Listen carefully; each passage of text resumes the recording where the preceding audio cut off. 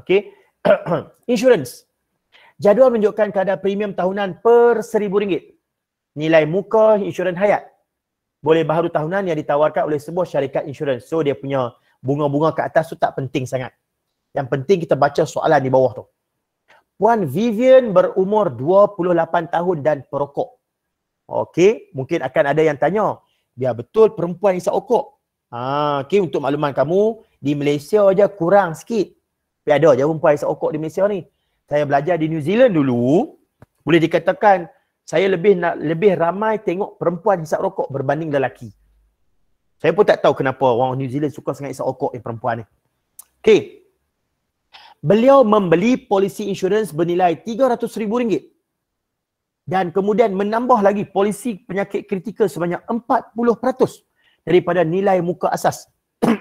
Dengan kadar premium bagi setiap 1,000 adalah RM1.65. Hitung premium bulanan yang perlu dibayarnya. Ingatlah bulanan bukan tahunan. Setiap insurans yang kita kira adalah tahunan. Okey, hasil yang kita kira semuanya tahunan. Baik. Tajuk insurans maknanya tajuk yang simple je. Insurans ada berapa jenis yang dalam buku teks? Dalam buku teks diceritakan ada 6 jenis insurans.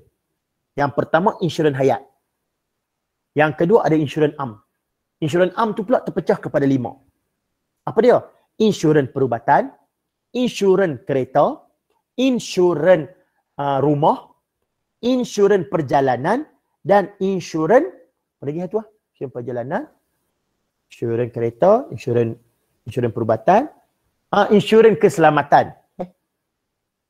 Kan saya sebut dah tadi, lupa dah. Kejap. Insurans perubatan, insurans kemalangan, insurans kereta, insurans rumah, lepas tu insurans lupa dah. Bila dah senarai saya sendiri pun pening. Bantu saya. Fire. Kita ada 5 insurans am, insurans perubatan, insurans kereta, insurans kebakaran tu insurans rumah lah. Okey, kebakaran tu.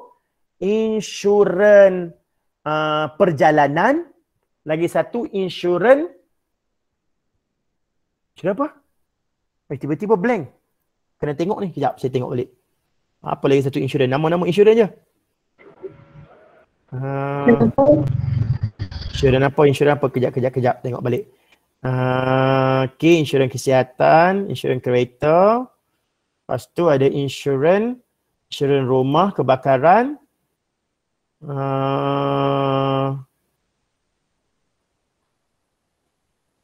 Apa dia? Travel insurance. Nanti kita kejap kita jumpa lah. Travel insurance tu insurans perjalanan lah. Okey, tak apa, kita jumpa kejap lagi, jangan risau. Insurans keselamatan lagi satu. Insurans perjalanan, insurans keselamatan. Yang dua ni. Insurans perjalanan dengan insurans keselamatan adalah insurans yang tak penting. Sebab dalam buku teks pun ada contoh yang sangat sedikit. Dan dia hanya guna jadual saja. Kita kena faham sahaja. Yang penting 3 ni, 4. Insurans hayat. Lepas tu yang am ni 3. Insurans keselamatan, insurans perubatan, insurans rumah kebakaran, insurans kenderaan. 3 ni penting. So saya mulakan dengan insurans hayat. Simple sangat untuk insurans hayat. Insurans hayat rumusnya apa dia? Mula-mula kita kena kira polisi utama dahulu. Vivian nak ambil insurans bernilai RM300,000. Okey. Umur dia 28 tahun dan dia perokok. So, macam mana nak kira insurансnya? Insurансnya ialah kita ambil nilai insurans, nilai polisi RM300,000 dibahagikan dengan RM1,000. Bermaksud setiap RM1,000 tu nak bayar berapa? Sebab tu dia kata menunjukkan kadar premium tahunan per RM1,000. Kalau dia letak per RM500, kita bahagi dengan RM500. Tetapi dalam buku teks semua per RM1,000. Okay, so nilai polisi dia RM300,000 bahagi RM1,000 didarabkan dengan kadar. Berapa kadar polisi insurans yang dia nak ambil ni? Yang ni kena tengok jadual. Umur 28, yang ini umur 28. Umur 28, perempuan, so kena tengok belakang ni lah. Okay, berapa kadar dia? Rate dia berapa? Yang kita nak ambil. 1.42. 1.42 sen. Sebab dia perokok. Jadi 300,000 bahagi RM1,000 darab dengan 1.42. Maka untuk polisi utama tu setahun dia kena bayar RM426. Setahun. Okey, tetapi dia juga ada ambil polisi penyakit kritikal. Yang mana polisi tersebut dia ambil sebanyak 40% daripada nilai premium daripada nilai muka asas.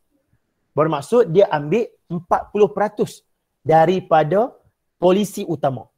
Polisi utama dia adalah 300,000, jadi dia ambil 40% daripada situ. So rumusnya masih lagi sama, nilai polisi per 1,000 darab kadar. Cuma polisi dia sekarang bukan 300,000 40% daripada 30,000 tu. 300,000. So 40% darab 300,000 nilainya RM120,000 sahaja untuk penyakit kritikal. Bahagi dengan 1,000, darab dengan kadar. Cuma kadarnya bukan lagi RM1.42. Berapa kadarnya untuk penyakit kritikal ni? Tak ada dalam jadual Dia dekat mana? Dia ada dekat mana? Dia ada dekat bawah dalam ayat dia tu. Ialah RM RM1.65. So inilah kadar untuk penyakit kritikal. Darab 1.65. Dan jumlah untuk penyakit kritikal pula adalah RM198 setahun. Kalau soalan ni kata hitung premium tahunan, kita tambah dua ni lah. Settle. Tapi dia nak bulanan. Maksudnya kamu kena tambah dulu 426 tambah 198. Jangan lupa bahagi dengan 12 bulan. Berapa dia kena bayar sebulan? Berapa kena bayar sebulan? Jumlah yang dia kena bayar sebulan hanyalah RM52 sebulan. So ingatlah, kalau boleh kamu pun nanti bila dah besar, ambillah insurans. Insurans ni sangat penting. Okey? Ini cuma saya kaitkan di sini sebagai penceramah. Saya sampaikan di sini bahawa buat masa sekarang, sekadar berdasarkan hukum yang ada sekarang, insurans hayat adalah haram untuk umat Islam. Mungkin satu masa nanti ada kajian baru, mungkin ada dia orang perbaharui polisi boleh jadi halal lah. Buat masa sekarang, sekadar yang saya tahu, insurans hayat hukumnya adalah haram. Sebab dia melibatkan kebergantungan kepada sekiranya kita mati. Mati tidak boleh diinsurankan. Baik. So selesai satu insurans hayat. Sekarang insurans perjalanan. Ini tak penting sangat. So saya skip lah yang perjalanan ni. Dia tak berapa penting. Pengiraan pun tak ada, dia tengok pada jadual je. Kita nak tengok yang ni, insurans rumah, insurans kebakaran. Dalam buku teks dia tulis insurans kebakaran. Saya suka gunakan perkataan insurans rumah. Okey. Nilai boleh insurans rumah Encik Zulkifli adalah RM325,000. So kita kata kamu ada rumah tersebut insurans dah nilai. Okey, rumah cik ni nilai dia sekarang RM325,000. Polisi insurans yang ingin dibelinya mempunyai peruntukan co-insurans untuk menginsurankan 90% daripada nilai boleh insurans dengan deductible sebanyak RM15,000. Okey, dia ada co-insurans, dia ada deductible. Take note, dalam tajuk insurans rumah, insurans harta, insurans kebakaran yang ni lah contohnya, yang berkaitan dengan kebakaran rumah dan sebagainya ni, apabila melibatkan insurans harta, deductible kita potong last. Pegang yang tu. Deductible potong last. Kejap lagi kita akan jumpa insurans perubatan. Insurans perubatan ada deductible juga. Cara lain pula. Untuk insurans harta, deductible kita tolak kemudian. Tolak last. Okey. Beliau menginsurankan rumahnya dengan jumlah yang harus dibelinya. Okey, kamu kena faham. Harga rumah tu insurans dah letak kata harganya adalah RM325,000. Tu harga rumah. Tetapi dia bukan boleh beli insurans sebanyak harga rumah tersebut. Tak boleh. Sebab dia ada peruntukan co-insurans. Bermaksud dia hanya boleh beli sebanyak 90% saja. So, insurans yang dia patut beli adalah 90% darab dengan harga rumah, iaitu RM325,000. So insurans yang dia boleh beli adalah RM292,500. Itu sahaja nilai insurans yang dia boleh beli. Maksimum banyak tu, 90%. So soalan ni dia kata, beliau menginsurankan dengan jumlah yang harus dibelinya. Memang dia beli banyak ni. Dia beli, orang bank kata, insurans kata kena beli 292,500. Okey, saya beli banyak tu. Okey, dengan deductible RM15,000. Tiba-tiba dalam satu kejadian rumahnya terbakar dengan kerugian RM190,000. Disebabkan dia mengikut apa yang syarikat sebut, iaitu kena beli sebanyak nilai ini, dia pun beli sebanyak ini, maka dia dapat pampasan penuh, iaitu RM190,000. Dia ikut apa yang syarikat insurans cakap, maka dia dapatlah pampasan penuh, RM190,000. Cuma macam saya sebut tadi, dalam insurans harta, jangan lupa potong deductible last kali. So tolak deductible RM15,000, pampasan yang dia terima hanyalah RM175,000. RM15,000 tu nilai yang dia kena tanggung sendiri. Okey, itulah deductible. Boleh faham lah? Yang pertama, bila soalan macam ni, kamu kena tahu dulu berapa insurans yang dia kena beli. Insurans yang dia kena beli tu mestilah berdasarkan co-insurans 90%. Dia beli mengikut harga tersebut, maka berapa banyak kerugian dia akan dapat banyak tu. Cuma kena tolak deductible. Itu yang pertama. Kemudian, situasi yang sama, orang cakap apa? Konsep yang sama deductible dengan co-insurance sekarang dalam polisi perubatan. Dalam insurans perubatan, deductible tolak awal. Ini beza ni. Insurans rumah, potong kemudian. Insurans perubatan, potong awal. Kena ingat tu. So dalam kes ini dia kata, Lokman mempunyai polisi insurans perubatan dengan deductible RM1,000. Co-insurans pula 80/20. Bermaksud insurans akan cover 80%. Dalam satu kes dia masuk hospital, dia kena bayar RM35,000. So ingat, dalam insurans perubatan, mula-mula sekali kamu kena tolak deductible dulu. So RM35,000 tolak RM1,000. Sebab RM1,000 ni memang yang Lokman kena bayar sendiri. So tinggal lagi baki kos RM34,000. RM34,000 ni lah yang kena bahagi. Sebahagiannya insurans kena tanggung, sebahagiannya Lokman lagi kena tanggung. Insurans akan cover 80% daripada nilai baki. So 80% darab dengan baki RM34,000, maka insurans akan bayar RM27,200. Itu kos yang ditanggung oleh pihak insurans. Berapa pula kos yang ditanggung oleh Lokman? Mudah je kita tengok. Jumlah kos keseluruhan RM35,000. Insurans bayar RM27,000. Maka baki daripada itu ditanggung sendiri oleh Lokman. Siapa nak bayar? Takkanlah nak bagi jiran sebelah rumah pula bayar. Jadi insurans tanggung RM27,000, bakinya 35 tolak 27, baki ni Lokman lah tanggung sendiri RM7,800, termasuk sekali dengan deductible tadi tu. Okey, so ingat, insurans rumah potong deductible last. Insurans perubatan potong deductible awal. Tu tips dia. Okey, ada sebarang soalan tak nak bertanya tentang insurans rumah dan juga insurans perubatan ni? Cikgu, saya ada soalan. Silakan. Kenapa kos yang Lokman kena bayar ni kena campur balik dengan deductible?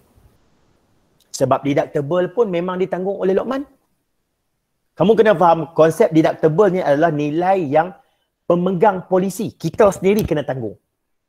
Jadi RM1,000 tu wajib dah dia kena bayar. Okey, ataupun ada kaedah lain sebenarnya. Kaedah lainnya sekarang ni pihak insurans cover 80%. Kamu boleh kira sekarang ni 20% pula. 20% darab dengan baki 34 yang ditanggung sendiri oleh Encik Lokman. dia akan dapat 6,800. Kemudian jangan lupa tambah balik 1,000. Sebab yang 1,000 ni pun siapa tanggung? Luqman sendiri tanggung. Okey? Konsep dia deductible ni adalah satu nilai yang pemegang polisi kena bayar sendiri. Manakala co-insurance pula adalah satu ketetapan yang syarikat insurans letak. Kalau kita ikut, maka dia akan tanggung banyak. Kalau kita tak ikut, banyak mana yang dia letak tu, kita kena tanggung lagi sedikit kesan daripada kos tu. Kejap lagi ada contoh yang tak ikut co-insurance. Lain daripada tu ada soalan yang lain? Cikgu, saya ada soalan. Silakan. Co-insurance ni boleh ada untuk semua insurans ke? Tak ada. Co-insurance hanya ada dalam 3 insurans sahaja. Iaitu dalam insurans perubatan, insurans rumah, insurans kebakaran tu, dan juga insurans kereta. Cuma dalam insurans kereta pun dia tak banyak cerita, sikit sangat. Yang lebihnya pada insurans rumah dengan insurans perubatan. Good question, Zaidatul Husna. Saya rasalah sebab dia buat macam tu nama dia. Okey. Ada lagi soalan sebelum saya masuk ke bahagian yang seterusnya? Tidak ada. Kalau tidak ada, saya masuk ke soalan seterusnya. Soalan bahagian B. Ini insurans kereta. Collectors menetap di Sabah. Dia ingin membeli satu polisi insurans motor. Yang berikut ialah maklumat kenderaan yang ingin diinsurankannya. So ada 80,000 harga yang dia nak insurans, umur kenderaan 6 tahun, kapasiti enjin dia 2,494 cc. NCD, apa itu NCD? Apa maksud NCD? NCD maksudnya no claim discount. Bermaksud diskaun lah. Potongan harga. Okey, sekarang dia kata, hitung premium kasar. Gross premium for the following vehicle. Okay, under comprehensive policy, the third party fire and theft policy, the third party policy. So ada kenderaan ada 3 polisi. Polisi komprehensif, polisi kebakaran kecurian, polisi pihak ketiga kebakaran dan kecurian. Panjang nama dia. Dan yang ketiga, polisi pihak ketiga. Dengan melengkapkan jadual ini. Okey. Untuk komprehensif. Komprehensif wajib komprehensif wajib menggunakan jadual ni. Collectors tadi dia orang Sabah, dia duduk dekat Sabah. Jadi kita kena tengok jadual di sebelah kanan. Okey, jadual sebelah kanan. Kemudian kita kena tengok sisi kereta dia. Sisi kereta dia 2,494. Jadi kita tak boleh ambil 2,200 sebab 2,400 lebih daripada 2,200. Jadi kita kena masuk tengok dekat 3,050. Okey, so Sabah Sarawak komprehensif 3,050, maka kadar untuk 1,000 yang pertama adalah RM266.50. Ini yang dia letak ni. Dia dah bagi dah. Nilai baki insurans yang seterusnya. Nilai baki jumlah yang diinsurankan. Yang tadi ni 266 ni untuk 1,000 yang pertama. Dia nak insurans sebanyak 80,000. Jadi cara dia kita akan ambil 80,000 tolak 1,000 yang pertama. Bahagi lagi 1,000. So kamu akan dapat 79 darab RM20.30.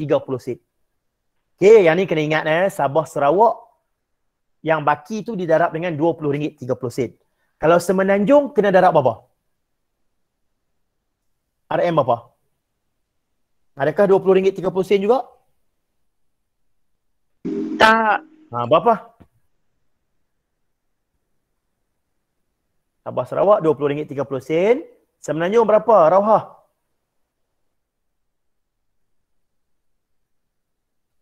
Cepatlah jawab. Siapa nak jawab?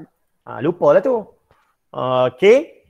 Jawapannya ialah kalau Semenanjung darab RM26. Sabah Sarawak RM20.30. Mungkin satu masa nanti dia akan berubah nilai tersebut. Saya tak pasti. Tunggu nanti tengok.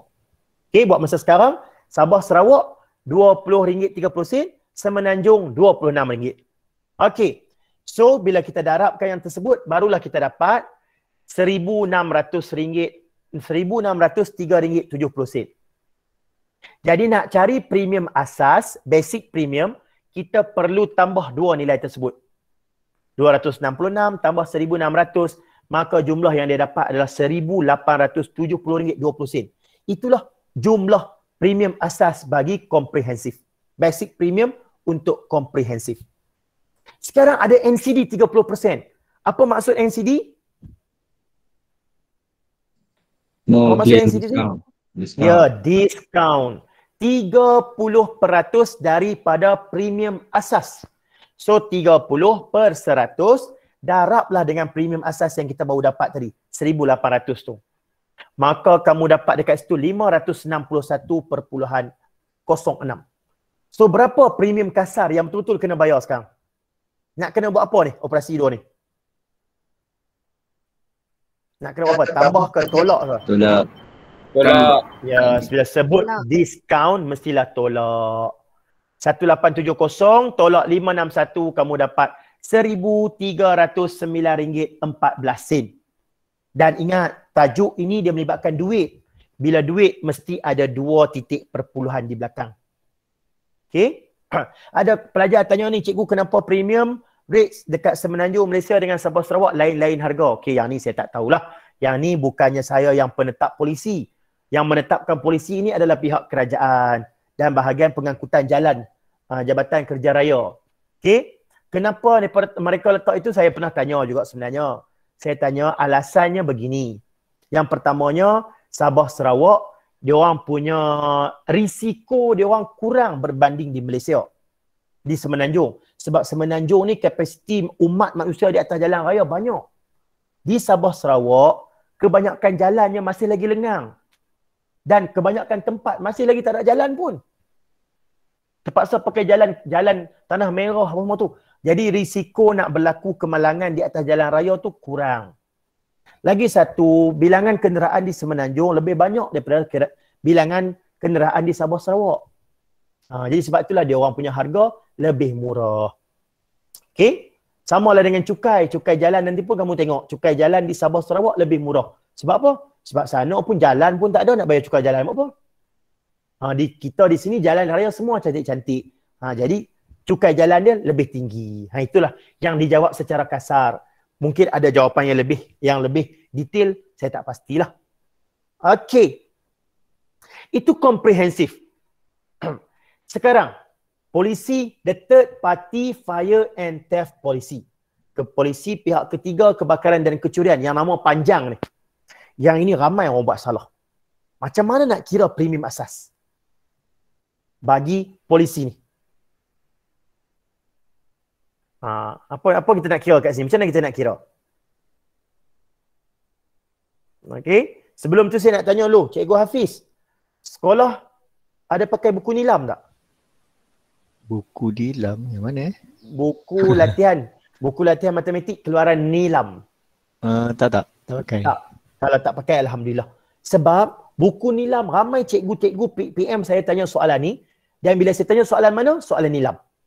Bila soalan nilam saya cakap, oh rupanya soalan nilam ada salah. Soalan buku nilam ni antara buku yang berkualiti dululah. Sekarang pun masih berkualiti. Cuma mungkin terlalu cepat nak keluarkan buku kot. Jadi dia orang buat satu kesalahan yang sangat besar.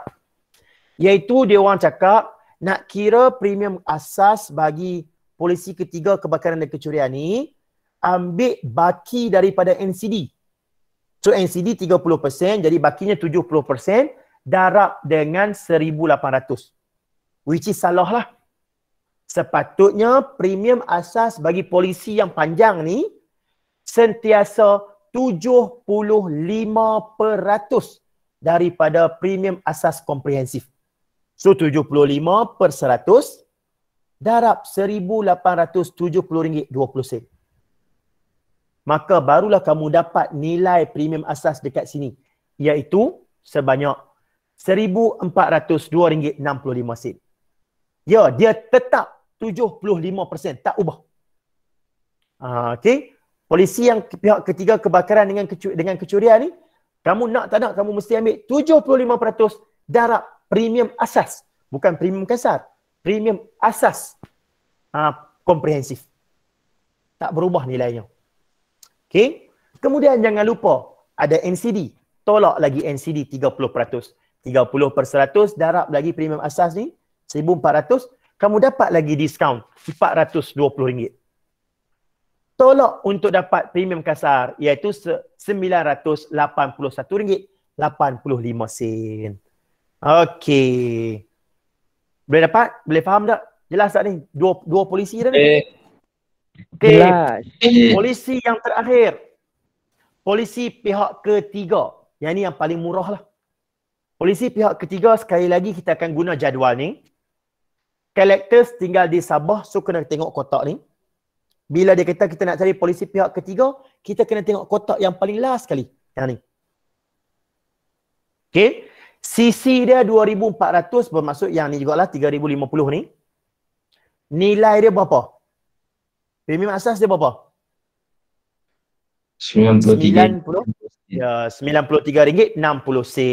Itulah premium asas bagi pihak ketiga. Jangan lupa ada NCD, tolak lagi. 30% darab dengan nilai asas tu. Dapat lagi RM28. Dah lah bayar murah. Ada tolak lagi, diskaun lagi. Maka jumlah yang dia kena bayar hanya RM65. Cuba kamu bandingkan. Polisi pihak ketiga RM65 sahaja. Tetapi komprehensif RM1,400. Ya ke? RM1,400 tadi ni, kalau tak silap saya. So, kenapa ianya begitu berbeza? Kenapa? Cover semua.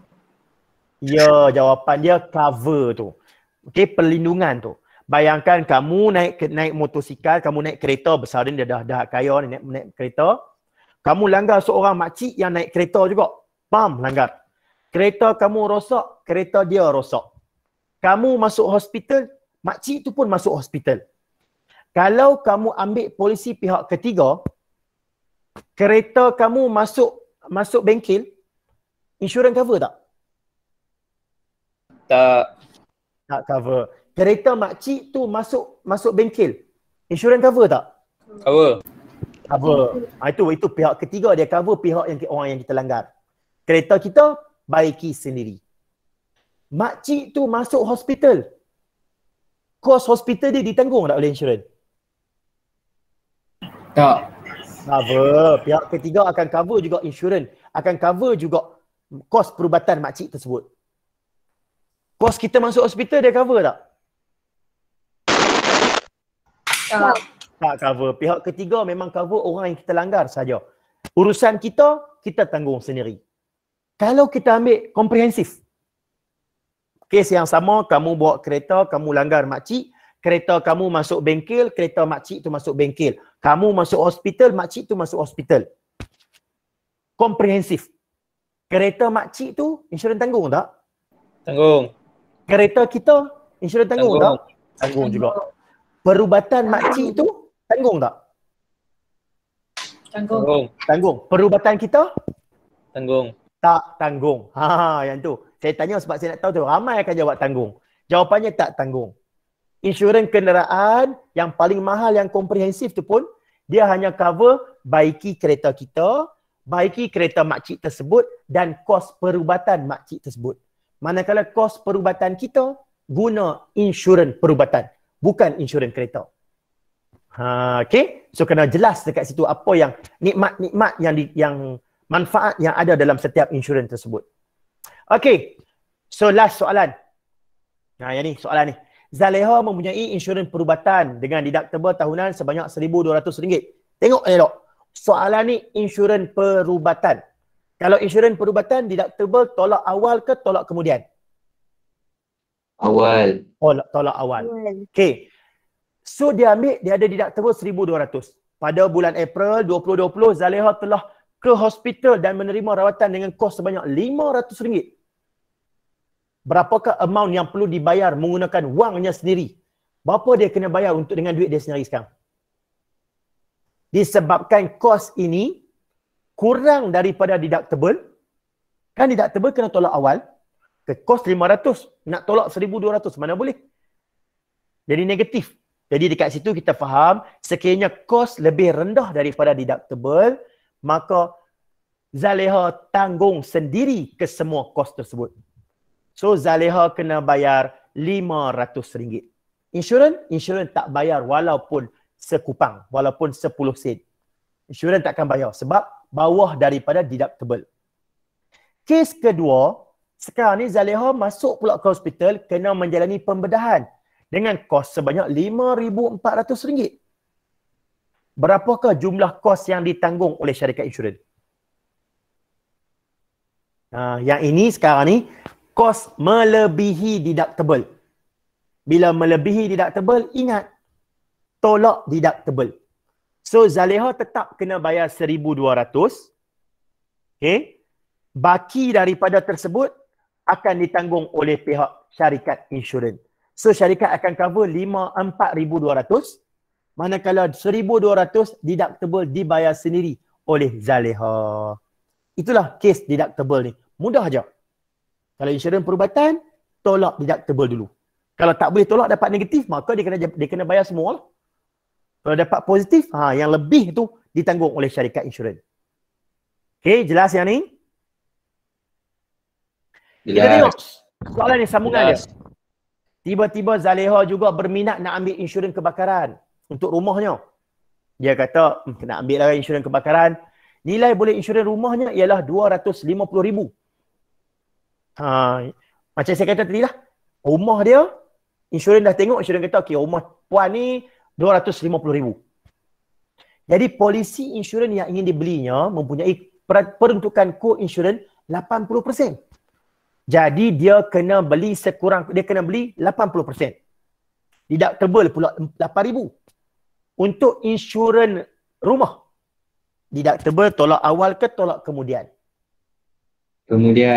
Tolak kemudian. Ingat tu. Okey. So sekarang ni dia kena beli 80%. So kita kena kira dulu berapa dia kena beli. So 80/100 darab dengan nilai rumah RM250,000. Jadi dia kena beli insurans RM200,000. Adakah dia beli insurans dengan nilai tersebut? Dia beli tak RM200,000? Syarikat insurans kata, cik puan kena beli RM200,000. Dia beli tak RM200,000? Tak kan? Zaleha hanya menginsurans rumahnya dengan jumlah RM140,000 saja. Oh, dia tak mau, dia nak beli sikit je. Tak ada masalah, insurans kata okey, tak ada masalah. Tiba-tiba rumahnya terbakar dengan nilai RM30,000. Terbakar RM30,000 kena bayar. Berapa pampasan yang dia terima? Kalau dia ikut syarat insurans suruh beli RM200,000, dia akan dapat penuh RM30,000. Tapi disebabkan dia degil, dia tak nak beli RM200,000, dia hanya beri RM140,000, maka dia takkan dapat RM30,000. Dia hanya akan dapat RM140,000 per dengan RM200,000, iaitu nilai yang dia beli, bahagi dengan nilai yang dia patut beli, darab dengan kerugian RM30,000. So daripada RM30,000 dia hanya akan terima RM21,000. Tu konsep dia. Daripada nilai RM30,000 kerugian tu, syarikat insurans akan bayar kat dia RM21,000 sahaja. Kemudian soalannya tanya, hitung nilai penalti co-insurans. Apa itu penalti co-insurans? Penalti co-insurans ni adalah kos kerugian yang perlu ditanggung sendiri kesan daripada ingkar peratusan co-insurans. Okay, peratusan insurans kata kena beli RM200,000. Dia beli RM140,000 saja. So dia ingkar. Bila ingkar dekat situ, penalti yang dia kena adalah sebanyak dia rugi RM30,000, dapat RM21,000 je. Jadi berapa kerugian yang dia kena tanggung sendiri? RM9,000. So penalti co-insurans dia adalah RM9,000. Iaitu jumlah kerugian tolak pampasan yang dia terima. Dapatlah RM9,000. Okey. Dan yang last sekali, hitung pula berapa pampasan yang diterima oleh Zaleha jika rumahnya sekarang ni terbakar dengan kerugian menyeluruh. Keyword dekat sini adalah kerugian menyeluruh. Dia kena beli RM200,000. Tapi dia beli RM140,000 sahaja. Untuk kes menyeluruh, dia akan dapat pampasan sama dengan nilai insurans yang dia beli. Kalau dia beli penuh 200,000 tadi, dia akan dapatlah 200,000. Tapi disebabkan dia beli 140,000, dia akan dapat 140,000 sahaja. Itulah jumlah pampasan yang diterima. Tetapi jangan lupa dalam kes ni kita ada deductible. Okey, macam biasa kena tolak pula deductible, iaitu RM8,000. Jadi yang dia terima hanyalah RM132,000. Okey, itulah nilai insurans pampasan yang diterima sebab kerugian menyeluruh. Mudah ya? Kerugian menyeluruh dia akan dapat sebanyak mana yang dia insurankan. Kalau dia insurans 200,000, dia dapat 200,000. Dia insurans 140,000, dia dapat 140,000. Mengikut sebanyak mana yang dia insurankan. Okay?